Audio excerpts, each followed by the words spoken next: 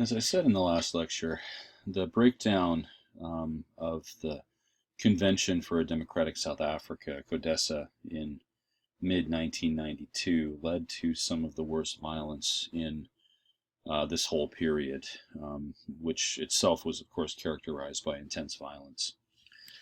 The ANC, after that convention broke down, embarked on what Mandela and other leaders called a campaign of rolling mass action. And this was to be, in the minds of Mandela and others, a series of non-violent protests, mass action, but not with the goal of perpetrating any violence. Mandela himself led a march of tens of thousands of ANC supporters on the government buildings in Pretoria in mid-1992. But unfortunately, partly due to the radical efforts of some rogue ANC elements, and also due to the Third Force and to the intransigence of the Inkatha Freedom Party, this rolling mass action and this atmosphere of tension did lead to some intense violence. In June of 1992, in a township south of Johannesburg called Boipatong, there was a protest, and in this atmosphere of protest, I should say, some of the IFP supporters attacked a neighborhood, really just a kind of shanty town that was largely ANC territory. This led to the deaths of a number of people. When F.W. de Klerk actually went to Boipatong to try to talk people down from this, that was certainly commendable on his part. But his presidential convoy was attacked, and the police opened fire and killed several more people. Right, so that was one example. After Boipatong, the ANC, in protest of the actions of the police, shut down all negotiations and refused to talk for a time to the National Party. This was followed by something that left the ANC in a vulnerable position. An ANC operative named Ronnie Casserills led a march into the Ciskei to a place called Bisho in September of 1992, and this was an effort on the part of Casserills and others like him to try to bring down the governments of the homeland, right? That the ANC thought that if they did these marches and tried to muster support, that this would leave the homeland governments totally vulnerable. I mean, they weren't very popular anyway because they were seen largely as puppets of the National Party government, right? So they were trying to force them to step down. So 70,000 people marched on Bisho. And the Ciskei security forces opened fire and killed a number of people. And the ANC was largely blamed for this. Mandela himself was angry about this, and even though he had sort of supported these efforts, he pulled back from that support and condemned the leaders of it. And so, all parties involved in this were trying to save face and trying to find their way back to the negotiating table, but of course we're also criticizing their rival politicians. In the meantime, despite the official cessation of diplomatic activity, there were quiet negotiations going on. Members of Western democracies, the U.S., Britain, and others were involved, trying to bring the parties to the table. One key relationship that developed during this period was between Cyril Ramaphosa, who had been the chief ANC negotiator and was the Secretary General of the ANC, had been the chief ANC negotiator at CODESA, and a National Party government official named Rolf Meyer. Ramaphosa and Meyer ended up having a close relationship, and while Mandela and de Klerk weren't talking, these two were, and they eventually brought Mandela and de Klerk back together. In September 92, after the Bisho massacre, when Mandela was in a more conciliatory mood, de Klerk and he had a talk. And they came to what they called the Record of Understanding, which they both signed, or issued, I should say, on September 26, 1992. This did two things, and this was the real political breakthrough. First of all, the ANC insisted that the National Party government, which was technically still in power, crack down on the IFP. As we said, the Third Force was supplying the IFP with weapons. They were enabling them to operate in violent ways. Otherwise, the police were, as I said earlier in an earlier lecture, standing back while the IFP perpetrated violence and not really engaging with them. This Record of Understanding stated that IFP would not be allowed to carry weapons into protests. In many cases, they carried weapons claiming that these were their traditional Zulu weapons. They carried like knob carries, which is the Zulu club, and machetes and other things often into their kind of mass protests or their political parades and things like this, and that led to a lot of violence. The National Party said that was no longer going to be allowed. And then, with the idea by none other than Joe Slovo, pictured here on the slide, Mandela offered the National Party what were called sunset clauses in the Constitution that they would write. Okay, now what's a sunset clause? Okay, this means that there would be kind of temporary powers or a temporary power sharing arrangement under an initial elected government, democratic government, right? So they agreed that de Klerk's desire to have shared power, to have multiple parties given positions in the cabinet and things like this, with no real thresholds or anything, right? That would be allowed, but only for a certain period, and that the initial parliament would then be tasked with writing a more permanent constitution where those things could be edited out of it, so to speak, right? Moreover, the sunset clauses also stipulated, or came to stipulate, that government employees, career bureaucrats, as well as military officials and others who had kind of made a career in government employment, would retain their jobs and all of the privileges that went along with that. In other words, the ANC couldn't take power, come in and clean house and fire everybody. That public officials, or I should say bureaucrats, would be protected under this, right?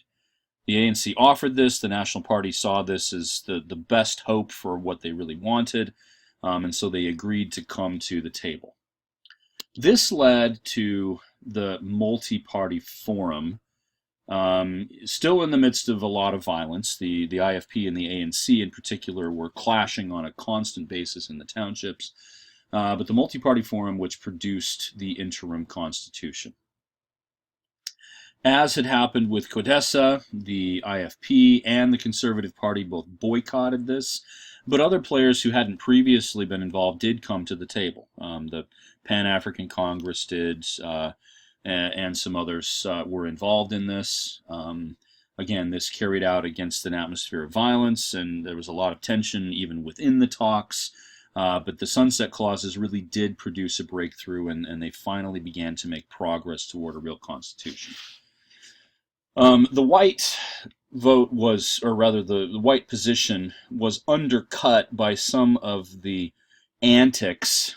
That's really not even a strong enough word. The idiotic behavior and completely unacceptable behavior of operatives of the Avia-Bia. Remember, this is the right-wing paramilitary neo-Nazi organization among the white South Africans,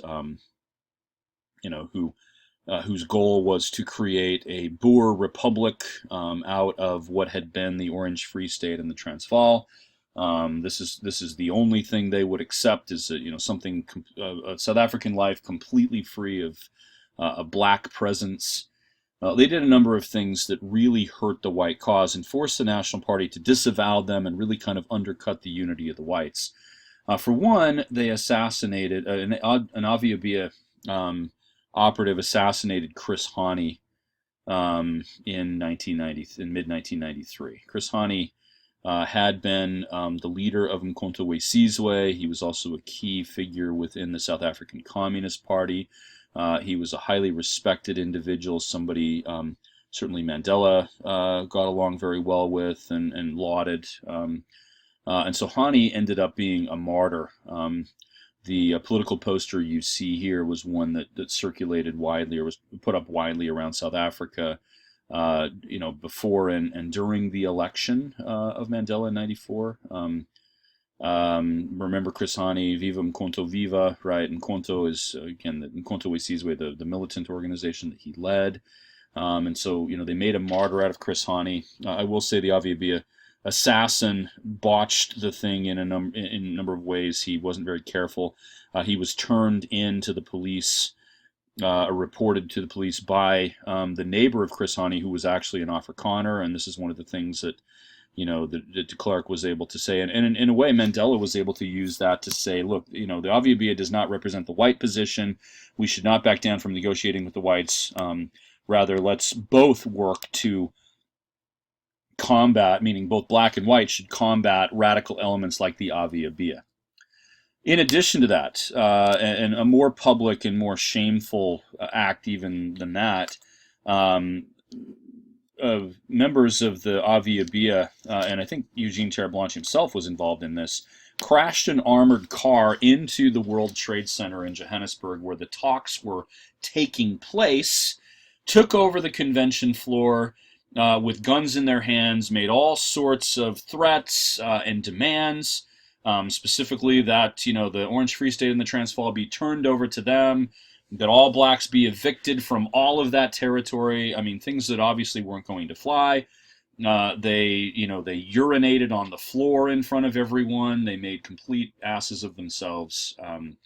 And when this hit the international news, the Aviabia just looked like morons. They looked like idiots. They were arrested, put in prison, and nothing really came of the incident other than to further distance some of the more radical white elements from the mainstream in the National Party, which moved closer and closer to the ANC as a result of that.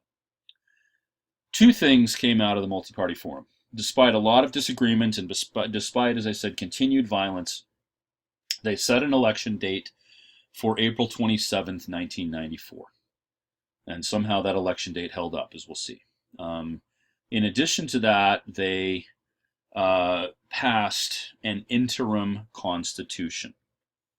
Now, this contained the sunset clauses. This was not to be a permanent thing. The next parliament in 1996 produced and passed a new constitution that did away with a number of elements, including the shared power arrangements and things under the interim. But the interim constitution is really quite a remarkable document. And this is included in the Williams book. This is, Part 5, Section D, Document 4, starting on page 390. And it lays out, sorry for the yawn, a framework of a government for South Africa. It talks about the creation of a legislature, for instance.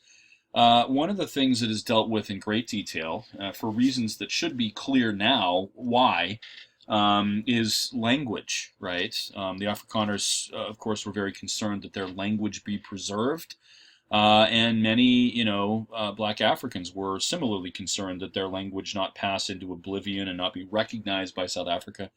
And so this is in provision number 3 of chapter 1 on page 3, starting on page 390.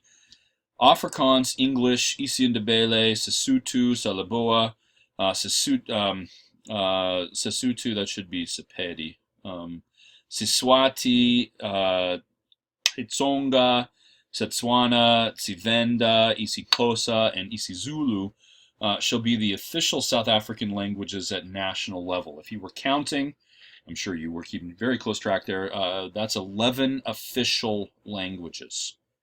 And Continuing on, conditions shall be created for their development and for the promotion of their equal use and enjoyment, right? So language, of course, a very important part of culture and of identity. This document simply enshrines all of these languages as official languages, despite the fact that English was becoming the main language of diplomacy and government and all of that. It at least did save a place for that. And in the parliament that was eventually elected, people preserved the right to speak in any of the official languages. This did create communication problems at the time, and society came to reflect this at large. I will speak from my own experience here. I remember watching, for instance, a number of sporting events when I lived in South Africa. This is in the mid 1990s. I watched, for instance, the 1996 Olympics from South Africa. Remember watching the opening ceremonies, and the broadcast, for a time was in English, and then, one of the broadcasters would start speaking in Afrikaans with no translation. It was just like, let's switch to another language. And then, it switched to Zulu, and then, some other, I think, to like Tswana, and then back to English, and they just carried on the broadcast that way. And this is just how the South African Broadcasting Corporation proceeded to acknowledge this language thing. In fact, this is provision number 7 of Section 3 there. A member of Parliament may address Parliament in the official South African language of his or her choice. More fundamentally, in terms of dealing a death blow to apartheid, the franchise here says, this is page 393, every person who is a South African citizen will be able to vote, and they will not be subject to any disqualifications as may be prescribed by law, shall be entitled to vote in elections of the National Assembly, a provincial legislature, or local government.